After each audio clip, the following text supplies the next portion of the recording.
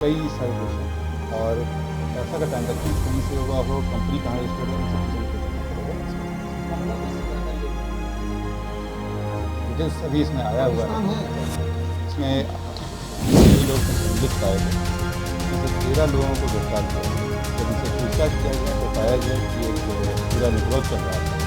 इसमें ये लोग आम जनता को बेवकूफ़ बना तो फर्जी डॉक्यूमेंट लेकर अकाउंट्स खुलवा रहे थे और इन अकाउंट्स पे जो ऑनलाइन बेटिंग अकाउंट्स होते हैं उसके पैसे या ट्रांजेक्शन में आ रहे थे और उन लोगों के द्वारा अन्य कई लोगों से जा रहे थे। जो अकाउंट्स वगैरह पाए गए हैं वो सारे निकाले जा रहे हैं।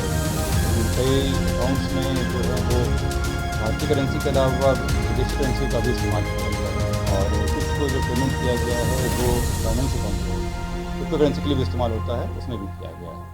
नमस्कार, मैं हूं प्रणय सिन्हा और आप देख रहे हैं सूर्य बिहार। देखिए, बिहार में सुशासन बाबू की सरकार तो है ही, लेकिन इसके बावजूद जो है वो सुशासन कहीं ना कहीं कम होते हुए दिख जाता है। कारण यह है कि बिहार में आपराधिक मामले बढ़ रहे हैं।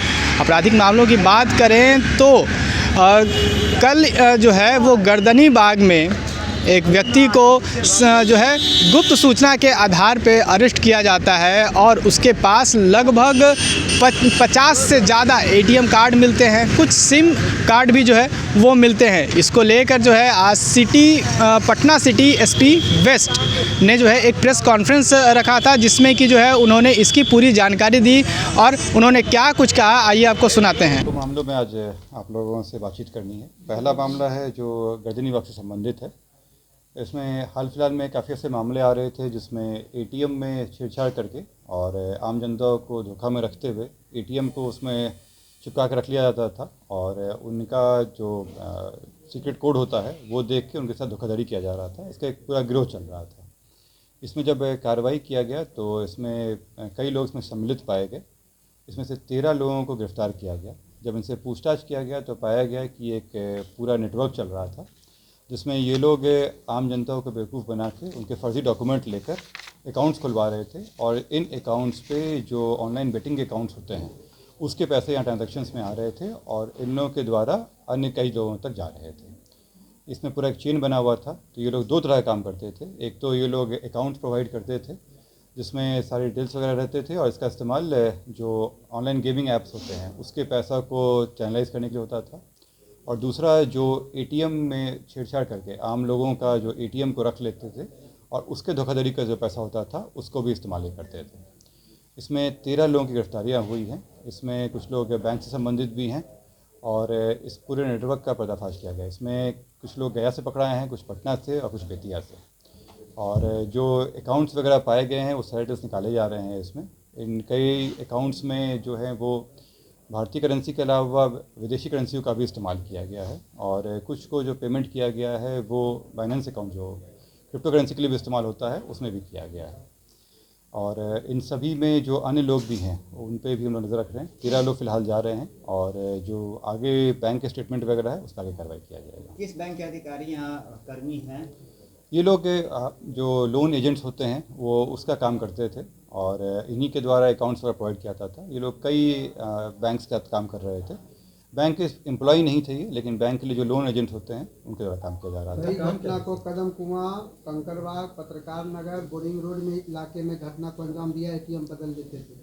क्या यही लोग हैं उस मामले में? इसमें कई केसेस वाले में अंका आया है, जैसे कि गर्दनी बाग वाले में भी आया है, गांधी मैदान के भी कुछ में सम्मिलित पाई गई है। इसमें जो बता रहे हैं कंकड़बाग वाला, उसमें भी हम लोग जांच कर रहे हैं, क्योंकि इसमें जो लोग रहने वाले हैं कुछ लोगों के कंकड़बाग में भी रहते हैं, तो उसके लिए कभी हम लोग खंगाल रहे हैं। फ़िलहाल जो इसमें गर्दनी बाग थाना की जो टीम थी, जो एडिशनल SHO SI सौरभ थे, उनके द्वारा इस टीम को लीड कराया गया था और उस क्षेत्र में जो अभी तक हुआ है उसमें जाँच किया जा रहा है।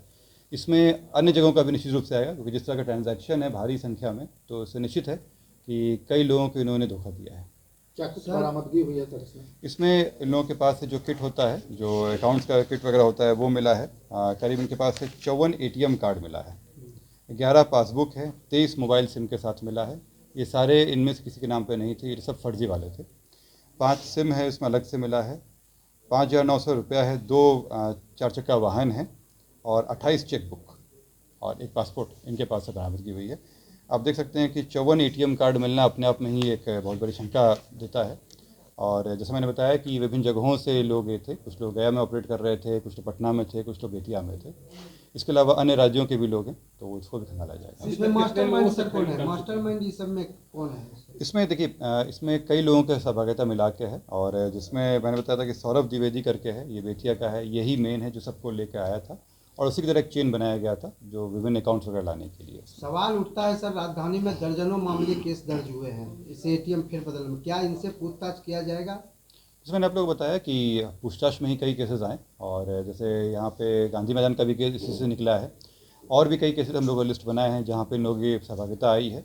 इसके अतिरिक्त जो भी हमारे पुराने पिछले 1 साल में जितने भी केसेस हुए हैं उन सब में हम लोग खंगाल रहे हैं, फुटेज वगैरह के आधार पे और इन लोगों के मूवमेंट के आधार पे कि कहाँ कहाँ पे कार्य किया। सर, ये अकाउंट खोलते थे, देते किसको थे? ये अकाउंट खोलते नहीं थे, ये लोग अकाउंट्स अरेंज करवाते थे, और उस अकाउंट के द्वारा जो विदेशों से पैसा आता था उसको चैनलाइज कराते थे। किसी को देते हैं? क्या अकाउंट बनाने पर लेते करने के लिए किसी को देते थे? हाँ, वही म्यूल अकाउंट खोले जाते थे, एग्जैक्टली म्यूल अकाउंट ही खोले जाते थे, और ये अकाउंट एक दूसरे को पास करते हुए, जो इसमें आखिरी कड़ी हम लोग को मिला सौरभ द्विवेदी, इसके द्वारा जिस व्यक्ति को दिया गया उनका नाम, चूँकि हम लोग गिरफ्तार नहीं किए हैं इसलिए अभी हम नाम नहीं दे रहे हैं। उसका काम क्या था सर, जिसको ये सारे पैसे ट्रांजैक्शन होता था, और ये लोग हर एक लोग अपने अपने जो कट होता था, इनका परसेंटेज वाइज बना हुआ था, वो अपने यहाँ रख के ये लोग बाकी पैसा आगे बढ़ाते थे। जिनका खाता खुलता था, जिनके नाम पे खुलता था नीले अकाउंट, उनको भी कमीशन दिया जाता था? वही हम लोग निकाले हैं, जो अभी तक हमारी जानकारी में आया है। ये लोग करते क्या थे कि कॉर्पोरेट अकाउंट खुलवाते थे, क्योंकि जो इंडिविजुअल नाम से होता है उसमें अगर भारी ट्रांजैक्शन होगा तो उस पर होल्ड लग जाता है, तो ये लोग कॉर्पोरेट अकाउंट खोजते थे और उसके द्वारा करते थे। जो हम लोग को भी जानकारी आई है, जिसमें जो अभी तक मामले मिले हैं, उसमें उन लोगों की जानकारी के बिना में फर्जीवाड़ा करके अकाउंट्स खोला गया है। तो ये तो साफ है ना सर कि कंपनी फर्जी कंपनी बना लिया, उसके नाम पे नहीं, कंपनी सही है, कंपनी फर्जी नहीं है, कंपनी की जानकारी के बिना में उसके नाम पर चल रहा है। तो ये बैंक कर्मी मिले रहते होंगे तभी तो होता है। ये वही दिख रहा है इसमें। कितने बैंकर हैं सर? इसमें जो बैंक के लिए लोन एजेंट्स होते हैं उनका अभी तक आया है, और जो जो अकाउंट्स खुले हैं उसका डिटेल्स हम निकलवा रहे हैं कि उसमें सत्यापन क्या कराया गया, तब वो बैंक की जिम्मेदारी तय होगी इसमें। एक चीज़ और है सर कि फ्रीलांसर के तौर पे जो लोन प्रोवाइड करवाते हैं और प्राइवेट बैंक जिन एम्प्लॉय को रखते हैं वो कुछ कमीशन के बेसिक पे रख लेते हैं, और वो लोग जो है अकाउंट खुलवा देते हैं, उसके आधार पे जो भी अकाउंट खुलवाने आते हैं उनका डॉक्यूमेंट का गलत मिसयूज करते हैं। इस तरह की भी बातें शिकायतें सामने आई है, ऐसा भी हो रहा है। कहीं ना कहीं जो बैंक के अधिकारी है उनको अवेयरनेस की ज़रूरत है ताकि अच्छे तरीके से वेरीफाई किया जाए। तो देखिए, ये क्लियर कट है कि इसमें जिस तरह का डॉक्यूमेंट्स है और जिस तरह के चेक्स बने हुए हैं, अगर वो चीज़ें पालन नहीं हो रहा है तो बैंक कर्मी जिम्मेदार होंगे। लेकिन ये सारी चीज़ें जब हम लोग संज्ञान में आया है तो जो भी उनके डॉक्यूमेंट्स होते हैं, जिसको हम लोग KYC कहते हैं, वो निकलवाया जाएगा, और उसमें देखा जाएगा कि जो चीज़ें मैंडेटरी रिक्वायरमेंट्स हैं वो फुलफ़िल किया गया है कि नहीं। अगर किया गया है तो फिर बैंक की जिम्मेदारी नहीं है, अगर नहीं किया गया है तो वो जिम्मेदार है फिर इसके लिए। सर, हाल ही में पटना से 2 बैंकर्स अरेस्ट किए गए हैं, CBI के द्वारा कार्रवाई की गई थी, तो क्या इस मामले में भी CBI को अप्रोच किया जाएगा? देखिए, अभी फ़िलहाल हम लोग उसको जांच कर रहे हैं, और अगर ज़रूरत पड़ेगी कि उसमें हम लोग इस तरह से नहीं होगा, हायर लेवल पे चाहिए होगा, तो हम लोग अप्रोच करेंगे। फिलहाल अभी इस तरह का बात बैंकर से पूछताछ भी किया जाएगा? बिल्कुल, जैसे मैंने आपको बताया कि जो भी KYC डॉक्यूमेंट्स वगैरह आए हैं उससे हम लोग बैंकर से भी जाँच करेंगे। गिरफ्तार लोगों का नाम क्या है?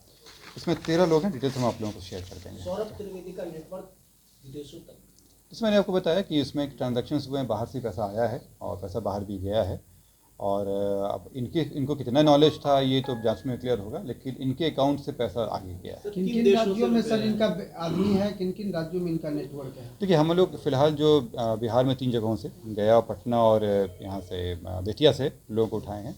इसके अलावा भारत के कुछ अन्य राज्यों से भी आया है, लेकिन ये क्लियर कट है कि जो ऑनलाइन बेटिंग एजेंसीज जो थी ये लोग बाहर ही कार्यरत हैं। सर, विदेश से किन देशों से आया है? विदेश में कई देशों का आया है इसमें, पर ये कंपनीज जो होती है जहाँ रजिस्टर्ड होती है उसका डिटेल्स मिलता है, जरूरी नहीं कि पैसा वहीं से ओरिजिनेट हुआ। क्रिप्टो करेंसी मामले में कितने लोगों को ये चूना लगा चुके हैं? क्रिप्टो करेंसी के माध्यम से इनको पेमेंट मिलता था, उसका मामला ये नहीं आया कि किसी को धोखा दिया। धोखा का मामला केवल आया है ATM कार्ड का इस्तेमाल करना और फर्जी अकाउंट खुलवाना। सर, पाकिस्तान, बांग्लादेश से उसी देश तो नहीं ना? इसमें कई सारे देश हैं, और पैसा का ट्रांजैक्शंस कहीं से हुआ हो, कंपनी कहाँ रजिस्टर्ड है, उन सब चीज़ों में डिटेल्स रखना पड़ेगा उसके हिसाब से। बांग्लादेश से ज़्यादा लेन देन का मामला डिटेल्स अभी इसमें आया हुआ पाकिस्तान है, है? तो इसमें आसपास से कई देश हैं।